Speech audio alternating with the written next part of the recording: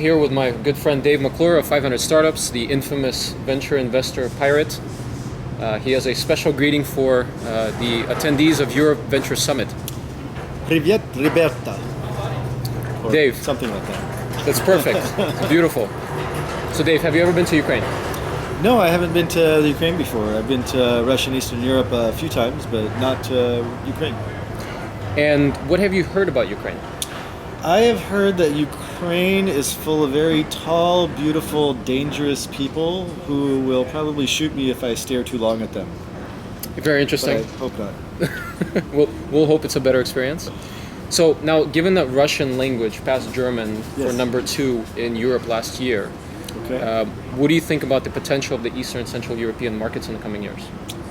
Big opportunity for growth in, I guess, markets that speak Russian or related languages. And there's certainly a lot of talent, engineering talent, and hopefully entrepreneurial talent in those areas. So hopefully we find some great new companies. And what are you looking to learn, or what are you most looking forward to at the event?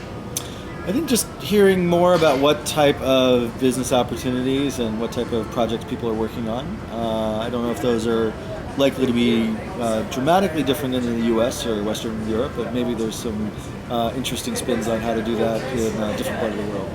Now, for the entrepreneurs that are coming, what are you hoping that they will learn from you and the other amazing speakers with all the experience? Probably how to not have a big ass hangover waking up in the morning. No, I think maybe sharing a little bit about what's going on in Silicon Valley and changes we're seeing both in the startup and entrepreneur side as well as in the venture side, and seeing if any of that is interesting or helpful to entrepreneurs on the other side of the water. Great. Now, advice lightning round. Boom. Boom. So I've traveled with you. I've seen you at conferences and how you get attacked for pitches.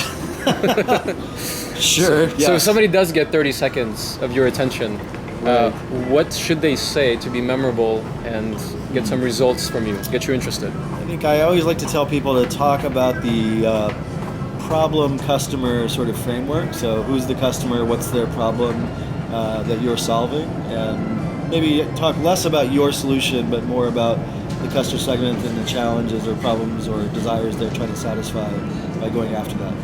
So, in 2 words. Who's your customer? What's their problem? Remember that. Who's your customer? What's their problem? Most important words. So, as you know, part of the conference, the weekend before, we're doing a major hackathon, probably the biggest Kyiv has ever seen, with a couple hundred developers. Maybe you know now. Surprise. So, what advice would you give to developers coming in with fresh new ideas to make the best of a hackathon?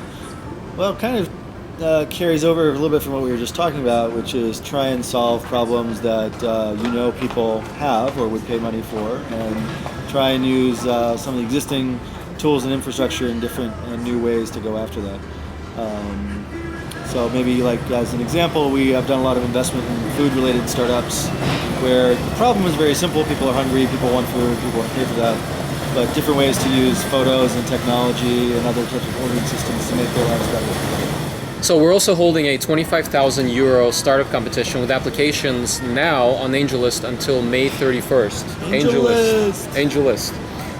Be there or be square. Or be unfunded. Be unfunded. So the finalists will be judged on stage by a group of VCs, including yourself. So what advice would you give them to the hundreds of applicants? First of all, how to get into the finalists, which will be 10 companies. And what advice would you give them to win? And more importantly, how to build a more fundable story so the hundreds of investors in the audience and on stage actually take a look at the company closer. Well, like we were saying before, I think you want to try and find something that addresses a real need for a customer, somebody hopefully who's willing to pay for that solution. But I think a lot of times we're starting to look at stuff that's really kind of unsexy in a lot of ways, but maybe isn't as flashy on the social media side or something else that's been popular in the funding category over the last few years. But really, again, sort of addresses a very basic and useful kind of need for people. So what's your top 3 things that you're looking at, kind of a checklist of an interesting company? Unsexy companies that we like these days, definitely looking at a lot of companies that are servicing the food and restaurant business, travel and even supply chain logistics areas maybe. Education is one that we're looking at a lot, so helping kids and families learn. A lot of times we're kind of looking more under 10 years old, kind of education products and services. And starting to do a lot more with video these days, particularly as YouTube is now becoming more of a global platform and hopefully starts to monetize some in the future too. Very good. Any final words of wisdom? Don't do a startup. It's a real big waste of time. No. I hope you guys enjoy the conference and look forward to seeing you there in Ukraine soon. Пока. Пока.